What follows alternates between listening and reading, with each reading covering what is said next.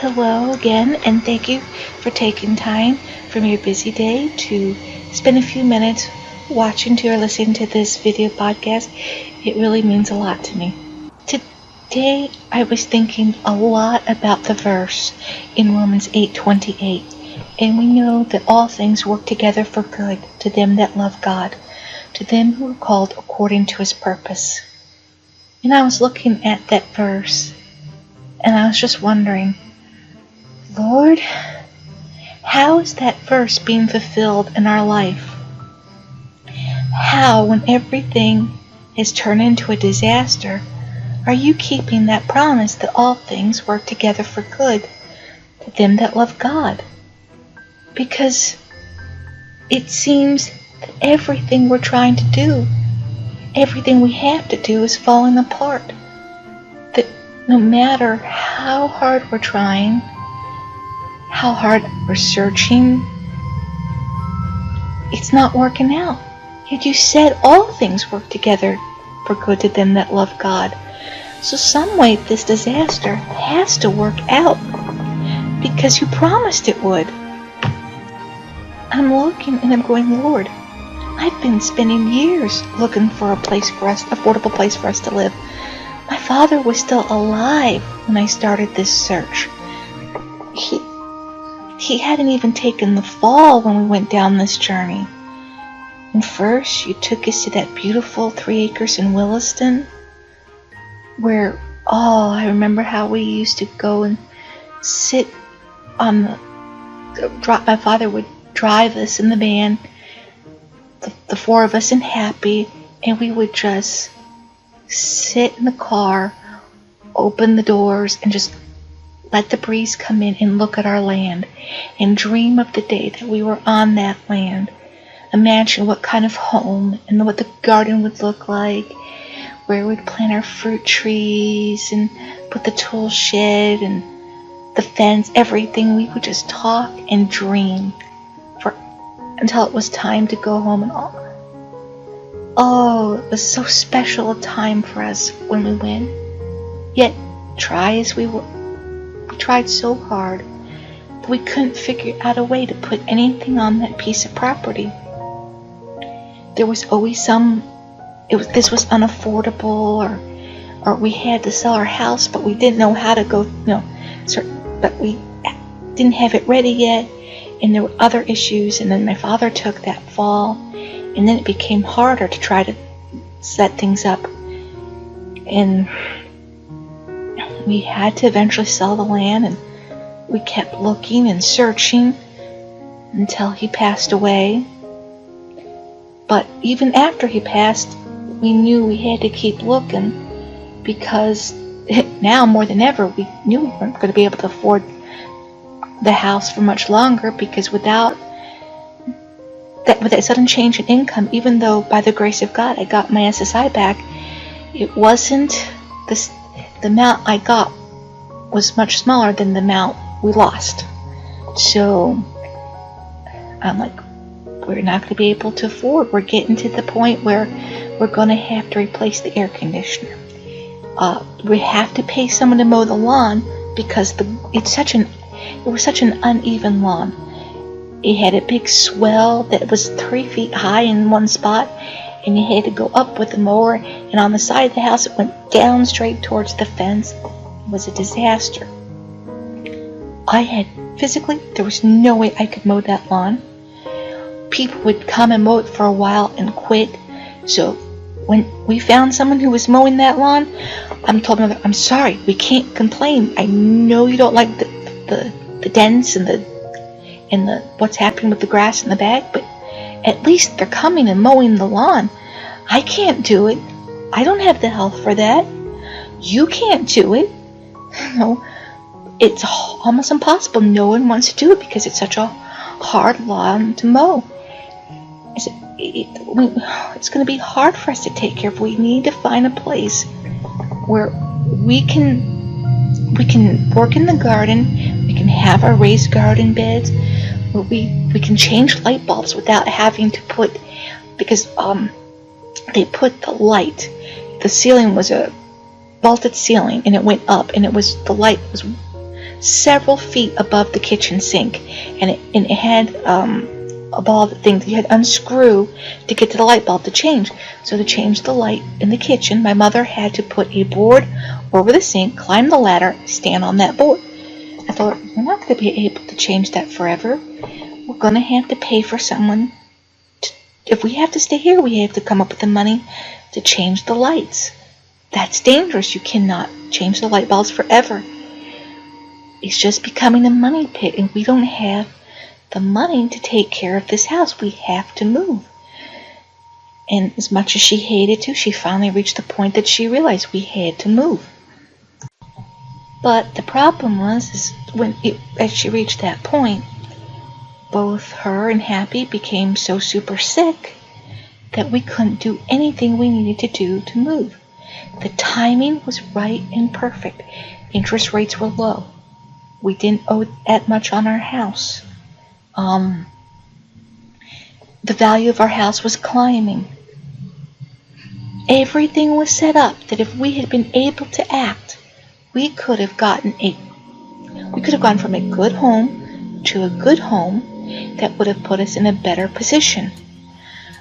There were homes on the market.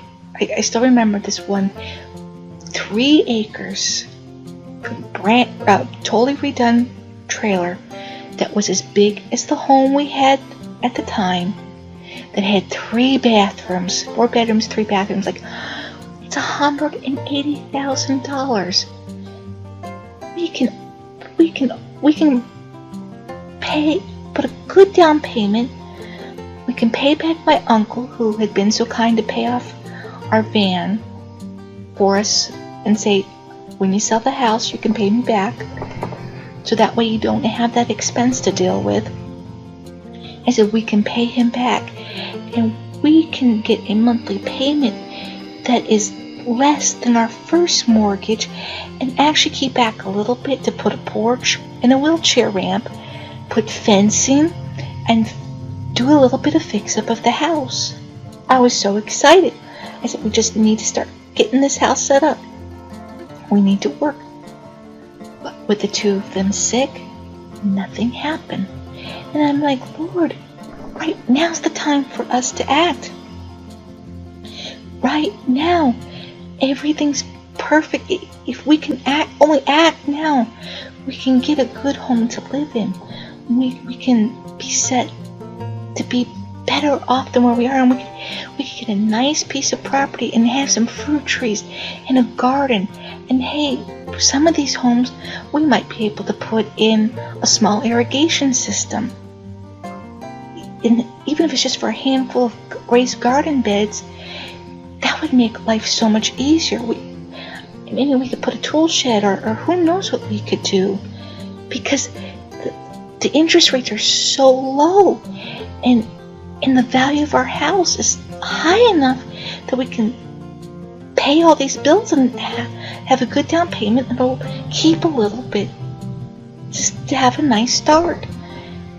Yet we can't go anywhere. Lord, how are things working together for our good? And I've been pleading and praying, Lord, what's going on? What is the problem?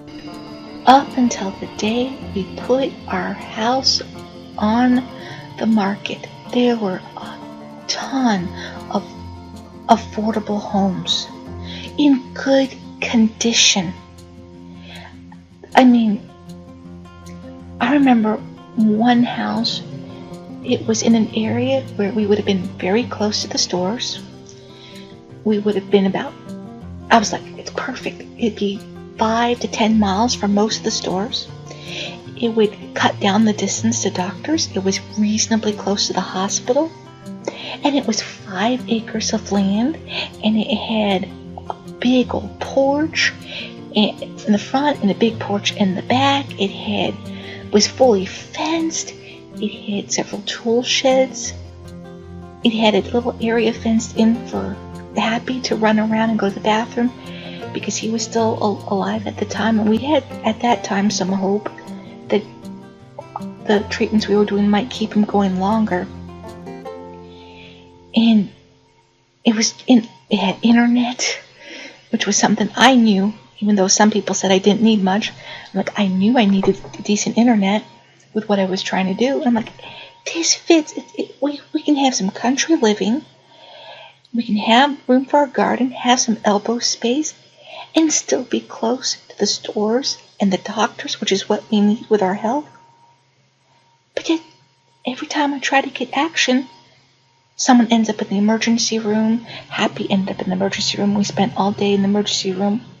The vet's office with him. Or my mother's blood pressure went through the roof. And she was too sick to get up and do much of anything. And it's like, well, everything was perfect. Everything was timed just perfect. We could not have nothing. It wouldn't work out. And then as soon as our house went on the market, things started disappearing. But there were still some good houses there. And the interest rate creeped up just a little bit, but we were still in a good position. We still had a really good shot. Our house sold, and I looked, everything was gone. There was nothing affordable that was decent. Fixer-uppers. Our money could now buy a fixer-upper, a complete dilapidated wreck. I was just looking today at a house that was on the market, and I am looking, it was on the market just before our house sold. They were selling for $140,000. It was a 5-acre, 1,600 square foot trailer on 5 acres with several tool sheds and fully fenced. It had a little bit of cemented area that we could have taken some walks. It had a small porch. Was it our dream house? No, but would have been a halfway decent starter. That being $140,000, and we, at the time when we sold our house, we could have basically paid it off completely and just moved straight from one house to the other. Literally, just weeks before our house sold, it was on the market at a price we could have paid it off and moved from our house to that place. And they took it off the market and brought it back on the market for $285,000. Completely out of our reach with the new interest rates. Completely out of our price range. And yet, there was a time where we could have gotten it. And I'm like, Lord, how? How is this? How are you keeping this? What is the plan? Help me to understand. Because you promise all things work together for good. Yet I have seen several houses that were affordable when our house had not yet sold, taken off and brought back at prices that with the new interest rates were completely double, almost double what they were before.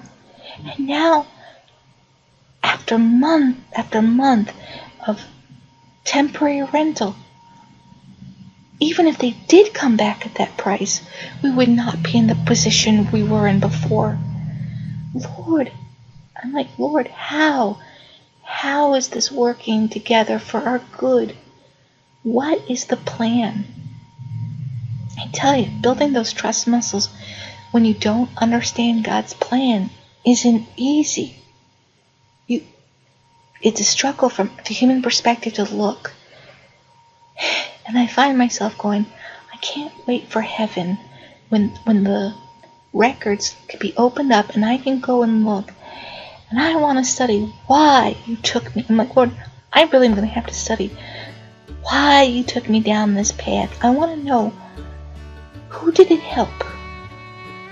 What lesson did I have to learn? What lesson do I need to learn now, Lord? Am I pleading, Lord, is there a lesson I need to learn? Because there has to be a reason you're taking us down this path. Is it because you're teaching me to make these videos? I know I wanted to do them, but if everything was going great, I probably wouldn't be giving this a try. So I'm like, Lord, is this part of a plan?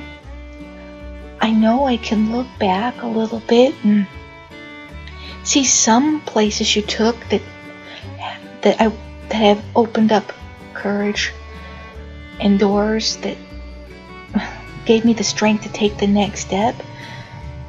I was going to community college very close to where I live, but the Lord worked things out that I had to go to one that was 40 miles one way and 40 miles back. It meant that I had to get up at 5 o'clock in the morning, eat breakfast, and be out of the house by 6:15. And because it was so far away, I was working all the classes I could take onto 2-3 days a week at the most. So I was going without food for 12 hours because I would be out the door by 6:15, and it was many times 7:30 by the time I got back and had supper. Didn't make any sense why I had to make that long trip when there was a community college nearby, but circumstances came along and there was out of my control. I had to make the trip if I wanted to go to school. But in the English class, I was taking my English 2, and the teacher, I didn't know it at the time, was a former leader of the honors department, and she liked the papers I was writing in my English class. And at the end of the semester, she gave me this note, and the note said, "Would you like to join the honors program? I will be a reference for you." I was in shock. It had always been my dream in high school to end up in the honors program, and the Lord had moved me from one school to the other and opened the door that I could take honors classes. And I was so thrilled, and I said, yes, thank you. And I saved that note in a little photo album because it meant so much to me. And so I was like, that's one of the reasons why I had to make the move.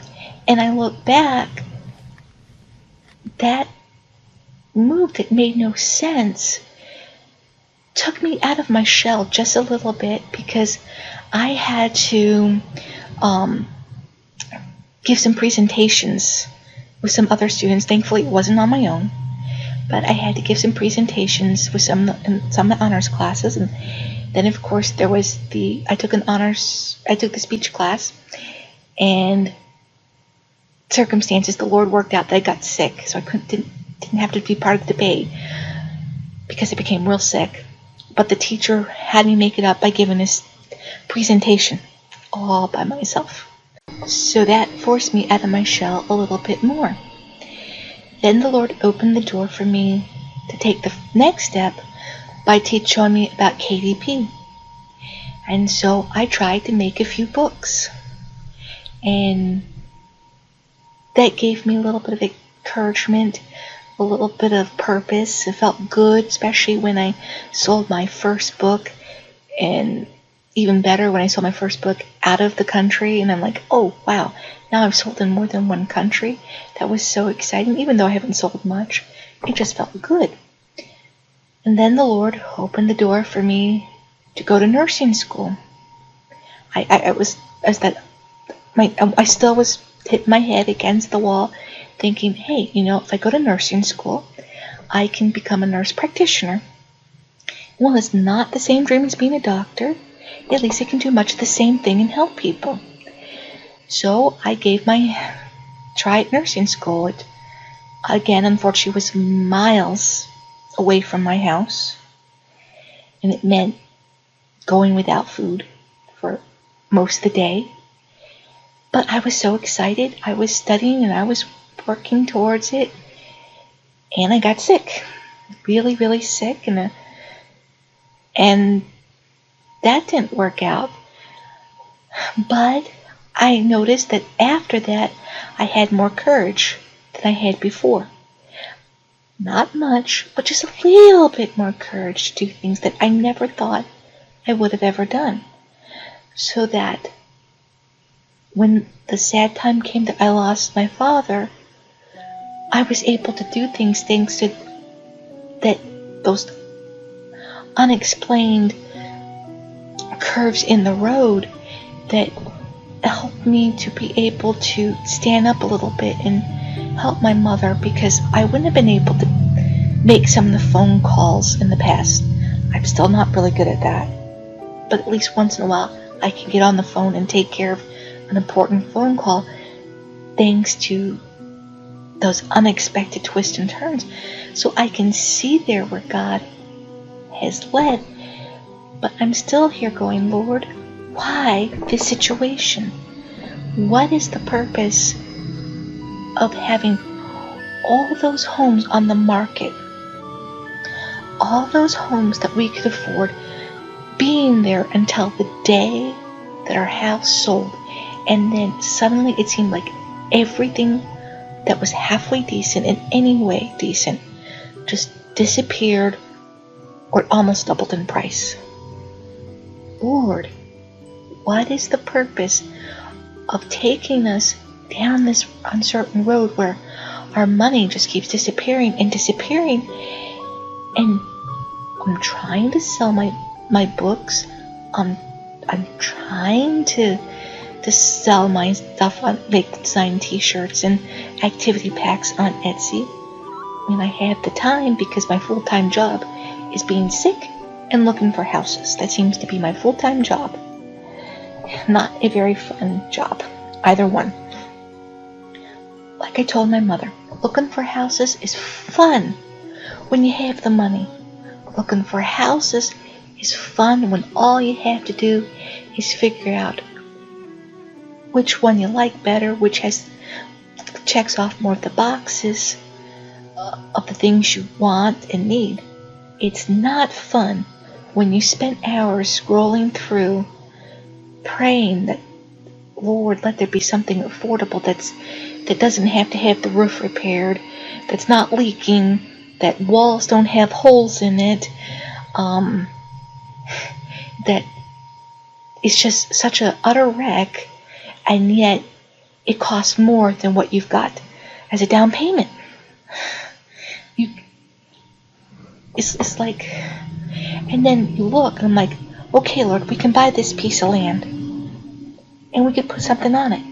But the problem is, we have enough money to buy the piece of land, but to get even a small 2-bedroom, 2-bath trailer on that piece of land, it's $50,000 for the trailer. It's $10,000 to deliver it. It's like $60,000 to put the septic, the well, the electric, the stairs, the skirting, the air conditioner. And we can pay for the land, but we gotta live somewhere for the 6 months while the trailer's being built, which means we have to owe $110,000, $120,000 for a tiny 820-foot 2-bedroom, 2-bath trailer that's going to be completely unfunctional. Where there's 3 of us that we don't even have each of us doesn't even have our own bedroom. Like, Lord, I don't want to live on the sofa again. I did 7 years in the old house living on the sofa. Please don't put me back on the sofa again. Why? What's the plan? And I wish I could say at the end of this video that I understood, that I recognized why God was leading me this way, what was His purpose. But the truth is that sometimes, as much as we dislike it, we have to trust God and His promise, because we don't see the beginning from the end. Unfortunately, as human beings, our view of the road is limited. We'd like to think we have this perfect, clear view, but we don't. Only God sees the beginning from the end. We don't know. Is He training us for something? Is there a new door that will be opened because we went down this path? Did He do this because I would never have the courage to try to make these videos? Is there someone listening even today who's going through some struggle and they feel all alone? You know, or one of you listening to this, are you struggling? Are you all alone and you're wondering, am I the only one that God doesn't seem to be listening to? And maybe in hearing this story, you'll be blessed because you'll know that God does care, and that he sometimes what seems like a dead end, what seems like it must be a sure path to destruction, is just a twist that's meant to build a skill to open a door, close a door, because if you didn't go a certain way, you wouldn't do something that he needs you to do. Maybe there's someone that needs encouragement, that you would never be put in that person's pathway, and you're the only person that can reach that heart, because you're the only person who can really put the words in the way that they can understand, because you've been in a certain circumstance. You've shared that uncertainty, that fear, and you've seen what God has done. And I don't know, is he teaching us patience? I would say so. Is he teaching us to trust him? Yes. Was this probably in part to give me the drive to that, just like I said before, one of my first videos, when the reason I wanted to start a YouTube channel in the first place was because I was so upset at what happened at that doctor's office, and I had to share this because there were others who were going through the same circumstance.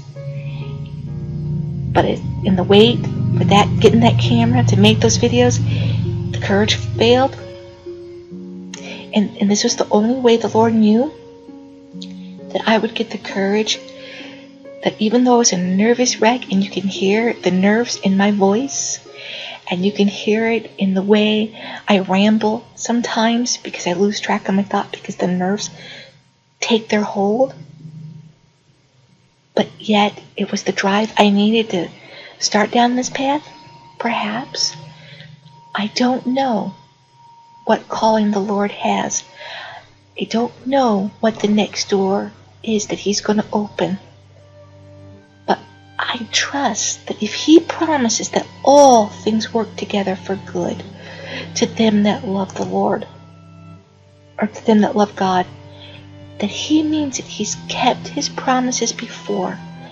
I've seen where he took care of family members, where he protected us from getting out on the road. Something delayed us, and when we drove past the spot, there was a helicopter taking someone to the hospital because they'd had a bad accident, and we would have been right there to be in that accident if he didn't delay us. I know the miracles he worked for our last house, and how he opened the doors to get us into our house, and so that we had 15 years in a beautiful dream home with a porch and that we could sit out and enjoy the breeze once in a while, and sit on our swing set and look at our hibiscus, and we had a couple of citrus trees, and the mango tree would bloom.